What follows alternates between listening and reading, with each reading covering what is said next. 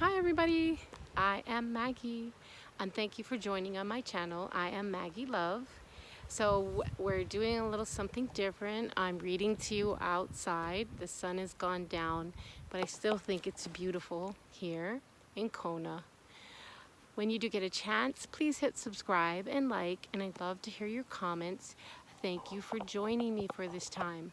So what we are doing is The Magic of Everyday Life by Maria Szepes. It's the book we've been doing.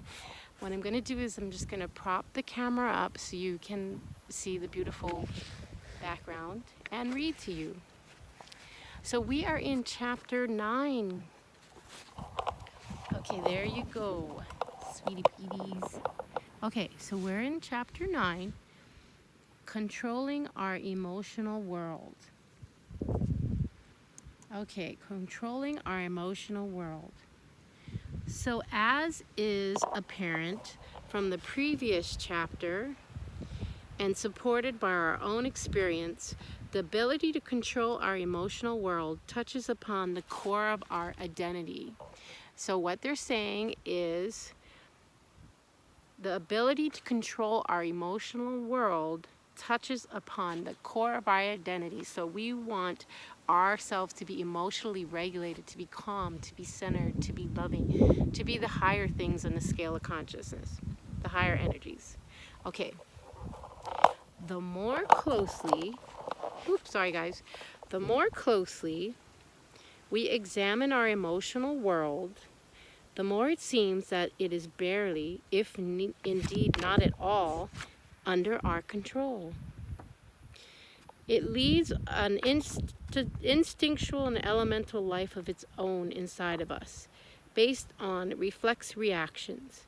In total, disregard of our conscious intent and interest. Okay, so that's kind of saying that sometimes our what's going on emotionally is not really lining up with what we would like to see, what we'd like to will, what we'd like to profess in our body. And that's sometimes in our life. And that's sometimes part of our manifestation. We might be saying, I am rich, when deep inside our gut, it keeps saying, no, you're not, this and that, and blah, blah, blah. You know, we have to be in the energy, in the flow. Maybe if you can't say, I am rich, you can start with I'm willing to be rich, or I'm on my way to be rich, as you dial up into the frequency. But I would encourage you to never give up. Continue to work that frequency. Okay, so here we go.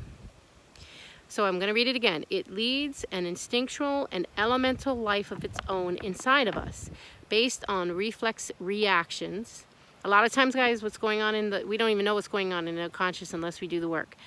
Anyway, in total disagreement of our conscious intent and interests.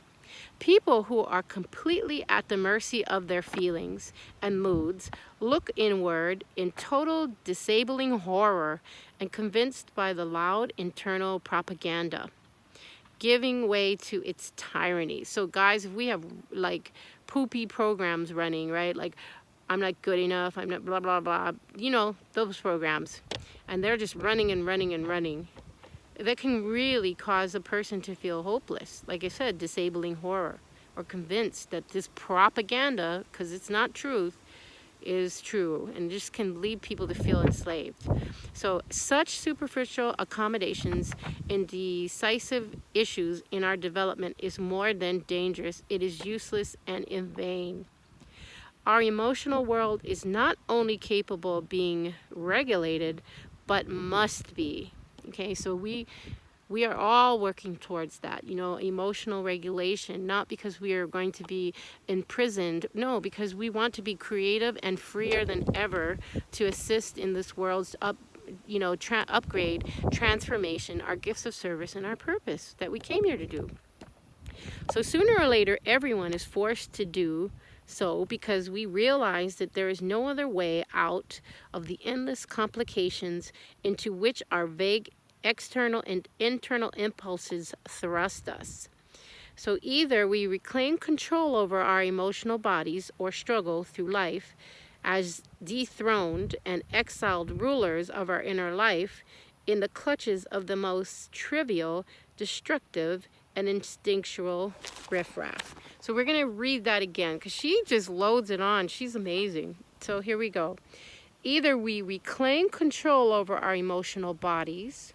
So we reclaim control over our emotional bodies, or struggle through life as dethroned and exiled rulers of our own inner life. Guys, we've talked about this before. We do not want to be supporting actors in our own lives, in our own movie. You are on the hero's journey. You are the only one who can do what you need to do. You are the only one that can, serve the world with your gift. You are the only one that can create the way we do. And we need everybody. We need everybody to be throwing down their gifts and throwing up their gifts. It's a inside job, and it's all of us together and apart. Okay, so we don't want to be in the clutches of the most trivial, destructive, and instinctual riffraff, because we don't want to be under control of our what's going on in the emotional dysregulation. We want to be emotionally regulated. We want the heart and the mind in coherence, and then the emotions will be in coherence. All right, guys, I want to thank you so much for joining me. See, beauty, beauty, beauty. And I'm just wanting to continue this slow crawl with this book. It's just fabulous. I know that everybody can pick up a nugget here and a nugget there. I just want to thank you so much for spending this time with me. When you do get a chance, please hit subscribe and like.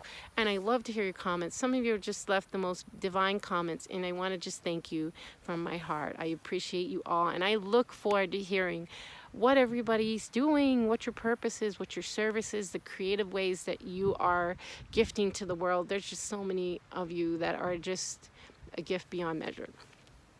Well, thank you for joining me. When you get a chance, hit subscribe and like, and leave your comments. And remember, peace in, peace